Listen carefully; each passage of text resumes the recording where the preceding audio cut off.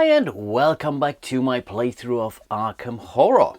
Again, I think rule-wise I was okay. One thing that I was made aware of, and thanks so much for reminding me, I cheated on myself and at least once or maybe several times in this playthrough so far. Because I keep forgetting that you get an additional action if you basically exhaust all monsters in your space. And I'm pretty sure this happened once during the last episode here with Calvin Wright.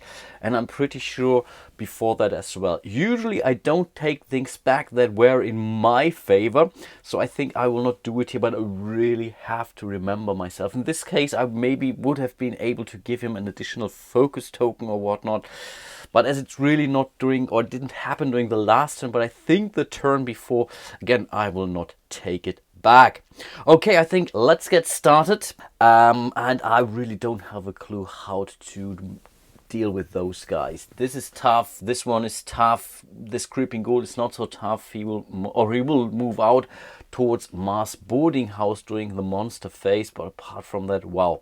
Okay, I had to think this through. It will still be very tough. And if something goes wrong, I'm really in a very dire situation. So Marie Lambeau will go first. Her first action will be a focus action, and why not give her an observation. Now she will use her smoky velvet ability right away, and of course she will enable Calvin right here. He will also focus, of course, and he will also increase his observation test for now. Yeah, that's a good idea.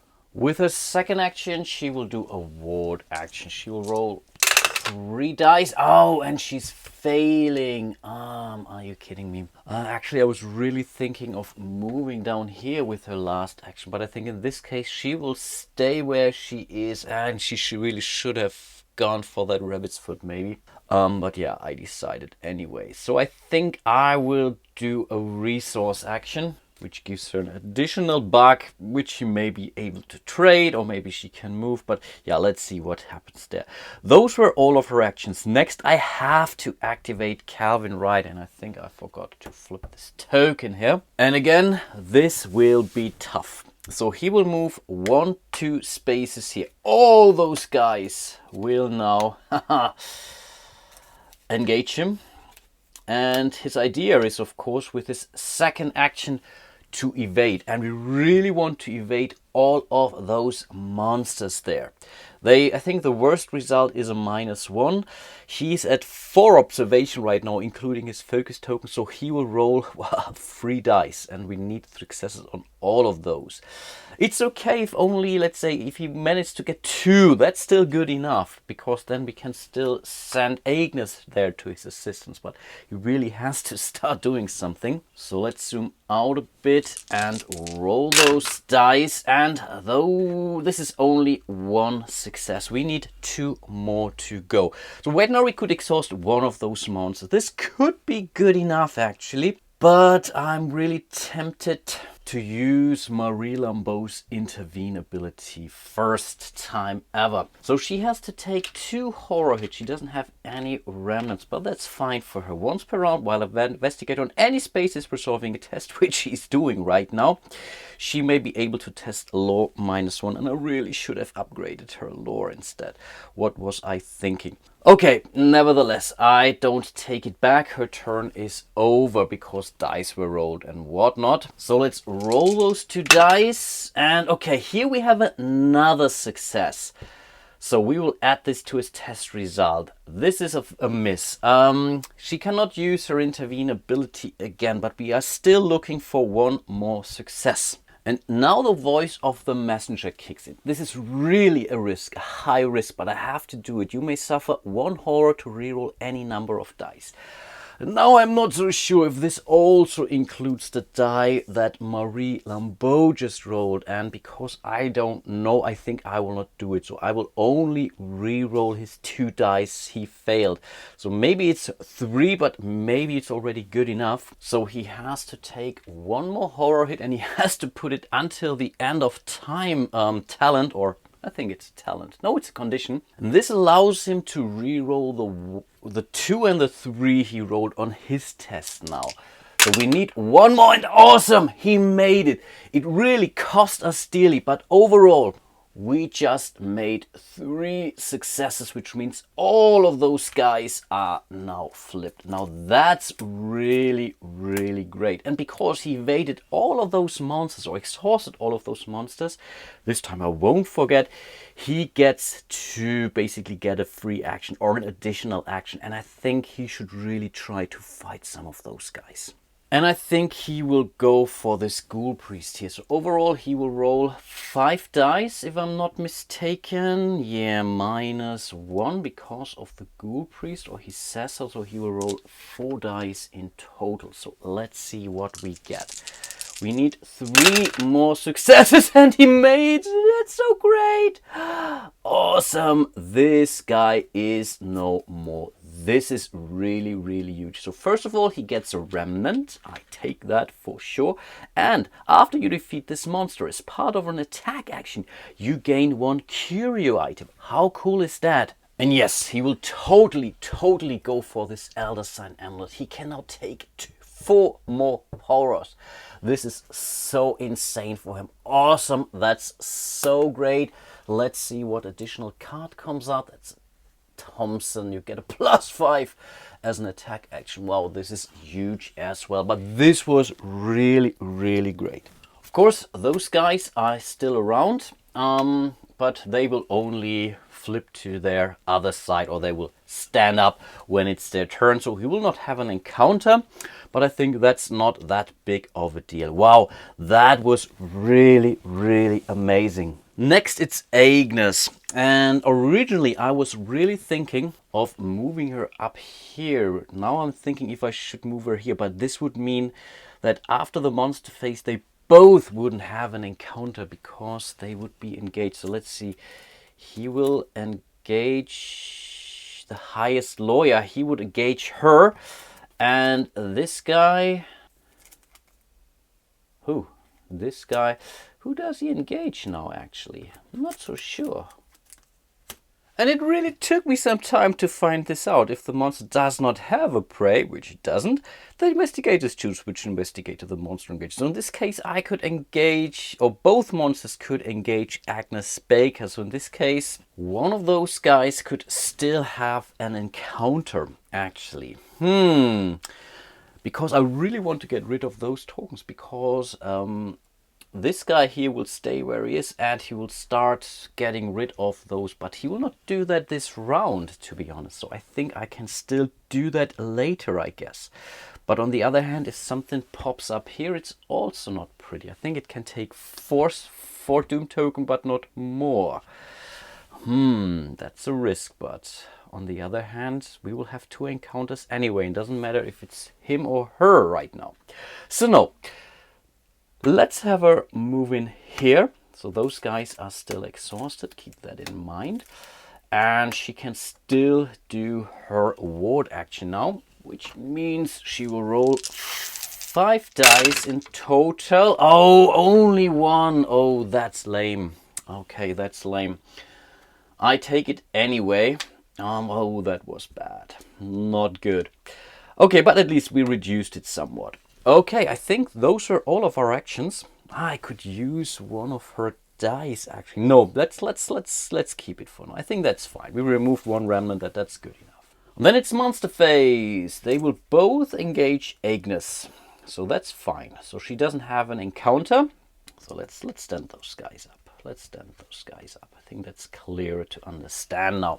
And then we move into the encounter phase. And yeah, why not? Let's start with Calvin Wright here at the graveyard. And here we have an event. You fall into an open grave and struggle to climb back out. Make a strength test. And unfortunately already used his Voice of the Messenger this round. Yes, that's good enough. Awesome. And if you pass, you discover the dismembered remains of ghouls embedded in the dirt walls. You gain 1 remnant and 1 clue from your neighborhood. Awesome. So let's grab this clue. We can use it to get rid of that rumor up there. And he also gets to have a remnant. Not bad. He's at 4 remnants already. Okay, this was his encounter. Now the unstable base is in fact the graveyard, so this creeping ghoul will stay where he's, but he's engaged. He will not move anywhere, so I think this doesn't matter. And then we resolve the encounter here at Independence Square with Marie Lambeau. And again we have another event. The ground collapses and you tumble into a sunken pit. You try to stay calm and dig your way out. Will test. So let's see. Yes, awesome. 2 successes. If you pass, you find a long buried object as you emerge. You gain 1 curie item and 1 clue from your neighborhood. Woohoo! Awesome stuff. So let's grab that clue. And I think this time I will go for the rabbit's foot. It's not the most expensive resource, but I need a reroll badly. So let's see what we get. A token of faith. After this item suffers 1 or more horror, you recover 1 sanity. Awesome! Wow, that's great. Okay, let's go into the Mythos phase. We start with Calvin Wright, and here we have another headline. And here we have unexplained sightings near river. Strange lights, sights, just swamp gas, say authorities. No truth to rumor of monsters. You suffer 1 damage for each doom in your space. Oof, tough. That's pretty much 2 damage. But I can split it up, so I give 1 here and 1 there. And then we have to continue, and we will spawn another clue, which seems to go to downtown. Yep, that's the case. So let's shuffle those cards. Oh, that's good for Marie Lambeau, because she happens to be in the neighborhood.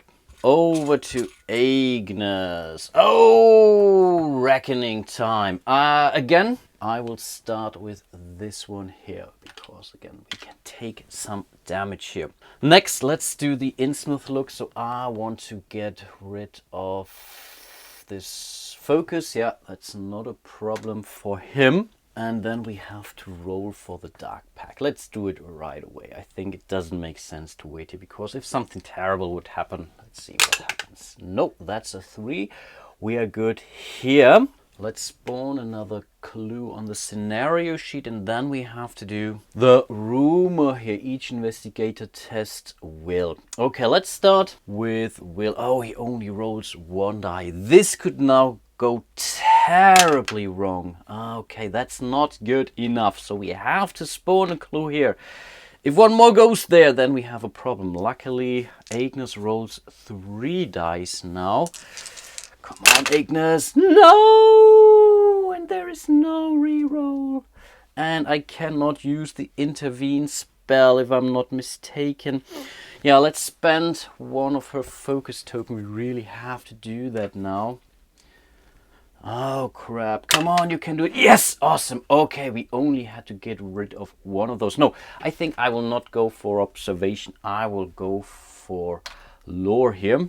And Marie will also... Oh, come on, are you kidding me? Let's have her give away her observation too. So let's re-roll 1 die. I think it's worth it. Yes, that's a 6. Awesome. Okay, that's cool. And I think now I can spend... Any investigator may spend 1 clue to discard this card. Yeah, let's do this. And I think I will have Calvin discard his clue token in order to get rid of that awful card here. Okay, that was actually not too bad. Unfortunately, Agnes still has to resolve her 2nd token. That's another doom. And again, this could be bad. That's East Town. Okay. It goes to Hibbs Roadhouse, and I think that's good. Or actually, not that bad at least. And Hibbs Roadhouse is now also the unstable location. That was where the Mythos tokens for Agnes Baker. And then it's Marie. It's really only bad and really bad. And here we have another doom, and the last token, yes, will be a gate burst. Ah, crap.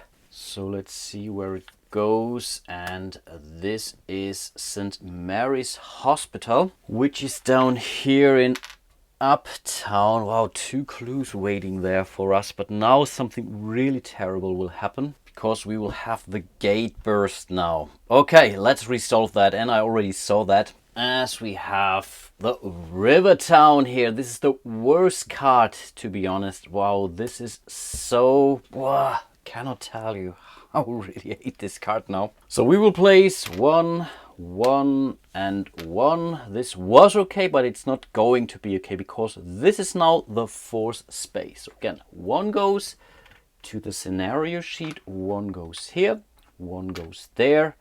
And this simply gets removed. Now we do that all over again. 1 goes to the scenario sheet, 1 goes here, 1 goes there. This is gone. Now we do the same thing again. How cool is that? 1 goes to the scenario sheet. There are 8 tokens now.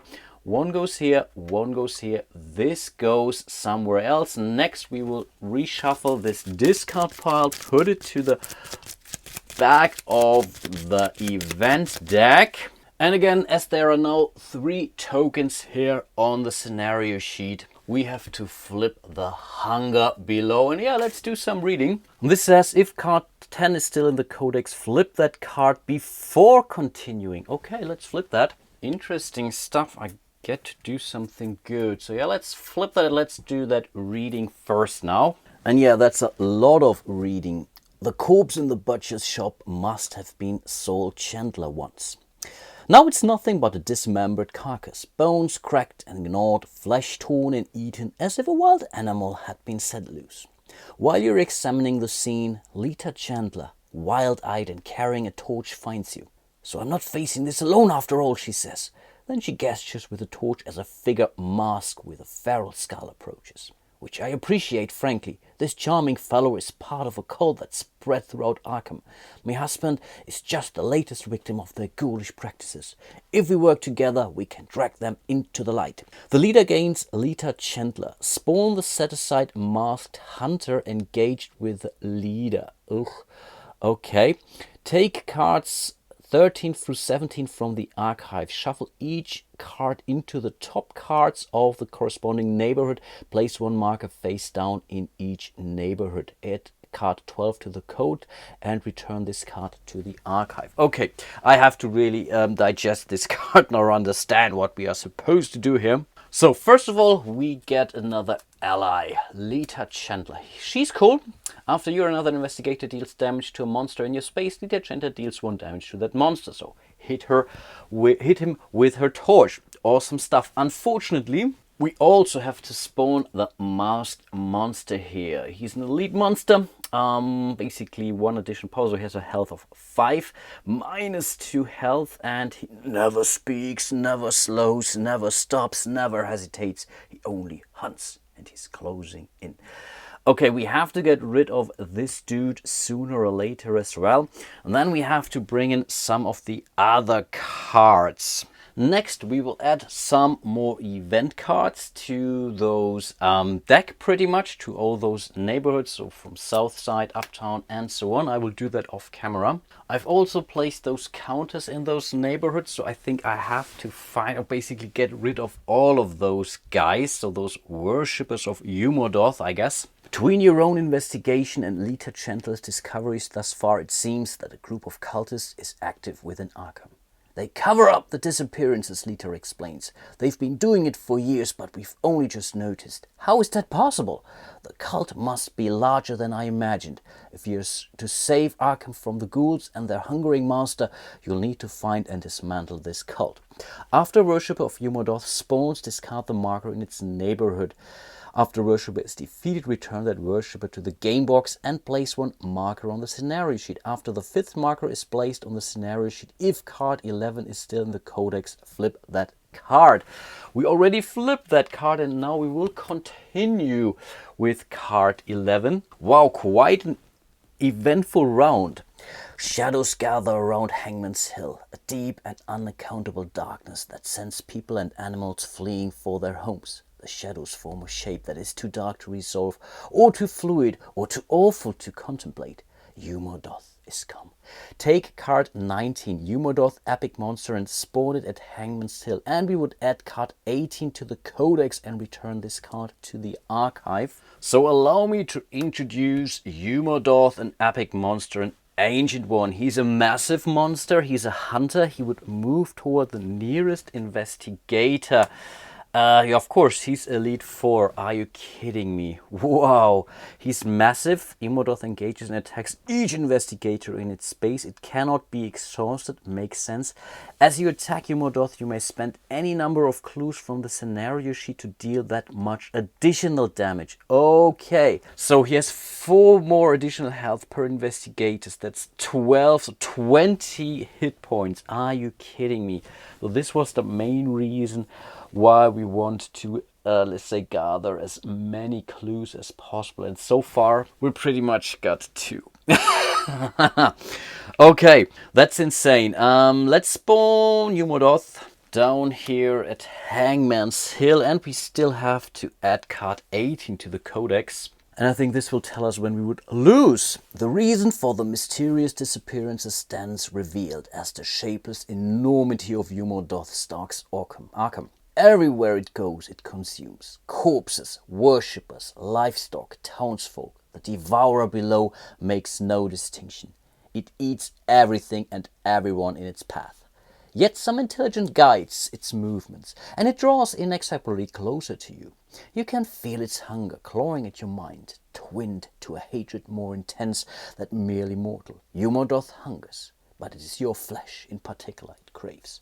The Umordhoth epic monster's health is reduced by 2 for each marker on the scenario sheet. That's why we want to get rid of those worshippers. This makes sense. After the Umordhoth epic monster is defeated, flip card 12. So this could tell us we would win this. When there is 15 or more doom on the scenario sheet, flip this card, which means I'm pretty sure this means we will lose. But now we have a clear target or a clear goal, which is simply to get rid of Umordhoth here. How bad can it be? We have 2 clues, that's 2 health points for each of those worshippers. He will lose 2 more. So yeah, what bad can it do? Okay, and I think, yeah, those were actually all of the Mythos token. Wow, this all was basically triggered by this single gate burst here. Can you believe that? And I think let's do one more round. Okay, again, we will start with Marie Lambeau. She will move 1, 2, 3 spaces here to Hips Roadhouse, so she has to spend $1. Next, she will focus, and this time she will totally focus lore. And I think she will also give her focus to Calvin, and I think he will focus his strength once more. With the last action, she will go for a ward action. She will now roll 4 dice in total. That's 2 successes. Awesome. This is really great because this gives her a remnant. And again, remnants are always helpful. And then we have Agnes. Her first action will be to try to get rid of those guys here. So she wants to do an evade action. She will roll 3 dice minus 1 because of the corpse taker here. So yeah, let's roll her 2 dice. And awesome! Awesome! Those are 2 5s. She made it without any help. That's so huge. So those guys are now exhausted. So she has now full 2 more actions to go, which is great. And I think with her first real action, she will do the ward action now here on this space. So, oh, are you kidding me? Not a single success. Okay, I think I forgot her companion, her ally, which is Arthur Johnson. Once per round, you may reroll 1 die while resolving a test. Yeah, let's do that. So maybe she can at least get rid of 1. Yes, she does. Okay, that's not too bad. And now she will, I think she wants to move up here. So she will move 1 space here because she doesn't want to be engaged again when those guys wake up here. And then last but not least, it's Calvin Wright. He doesn't look good, but he has so many different allies and conditions and whatnot. So of course, if he's losing those cards, he will drop that instantly. But I think I don't care right now. So I think he will also, he wants to try to evade as well, I guess. So he will roll 3 dice. Yeah, that's the case. And yes, he's also successful. Okay, that's pretty great. Again, he's also now 2 actions left. And I think he doesn't want to stick here for too long, actually. So maybe I should move him up somewhere. So he still has 2 more actions. Should he do the ward action here first and then move, or do it up there? No, I think we don't want to come back. So yeah, let's have him do his ward action next. Yeah, let's do a ward action. Awesome. Okay, we were also able to get rid of this one here. Now he will move 1, 2, 3 spaces up here, so he will spend his last dollar, but I think it's better staying here than on those street spaces here. And I believe those were all of our actions. Umordhoth will simply move up here 1 space towards the nearest investigator, who happens to be Agnes Baker in the Black Cave. And those guys will simply stand up. And actually, I have no clue whatsoever why they haven't printed those things on only one side here, to be honest. Doesn't make any sense to me. Of course, you can show how this is now exhausted, but on the other side, they could have really put in this exhausted side or so. I don't know. Doesn't really help that much. And counter time. Let's start with Agnes. Yeah, why not? She's there at the Black Cave in Rivertown. And it happens to be an event. A pained voice in the dark whispers in a foreign language. Okay, let's do a lore test, which is good for her, because she can roll 4 dice if I'm not mistaken. Yes, that's definitely good enough. If you pass, you translate the horror truths behind the rituals of ghouls. You gain 1 spell and 1 clue from your neighborhood. We gain another spell. That's actually pretty helpful. But let's start with that clue. And that's the spell she just drew. The Mist of Relie. I have no clue how to pronounce that correctly. You may test lore in place of observation in part of an evade action. That's awesome for her. Great. Oh man, this is so useful. Of course, we still have to spend this 1 sanity here, but wow, what an amazing spell for her. Great. That's a great addition. Then let's do Calvin right up here in downtown at La Bella Luna. The Clover Club beneath La Bella Luna is the best place to gamble away your hard-earned cash. Pass line bet for our friend here, says the croupier. Roll 'em! Roll 2 dice. On a 7 or 11, you double your bet. You gain $5. On a 2, 3, or 12, you lose the bet and tip out the croupier. You discard $3. Okay, I don't have any money, so I can only win, I guess. Because it doesn't say I have to spend something before here. So yeah, let's simply roll those dice and hope for a 7 or an 11. And it's 7! Okay, it's very likely actually, but still, I will take it anyway. Amazing. That's really cool. So yeah, here are $5. Great. And last but not least, we have Marie Lambeau at Hibbs Roadhouse there in East Town. You find yourself sitting with Old Man Hibbert at a corner table watching the crowd ebb and flow on the dance floor in the old barn. He keeps pouring whiskey as long as you keep listening to him reminisce about the war in the Philippines. You or an ally recovers 2 sanity. Oh wow, that's cool. Let's totally do that. Okay, that's pretty cool. Wasn't a test of some sort, but yeah, that's cool. And again, it's token time, Mythos phase. That's a blank for Calvin, the first one, and another gate burst. Oh, okay. So let's see. I think in this case, this goes to East Town, which is currently okay. Let's shuffle those 2 remaining cards. Doesn't really matter. So this was the gate burst. Then it's Agnes. First token is a doom. And in this case, we will place 1 doom at the general store right next to Umordhoth here. And her second token is Another blank. And of course, let's not forget Marie Lambeau. Here we have another headline, which says Asylum Overflowing. New patients describe sense of dread hallucinations. Doctors releasing some non-violent patients early.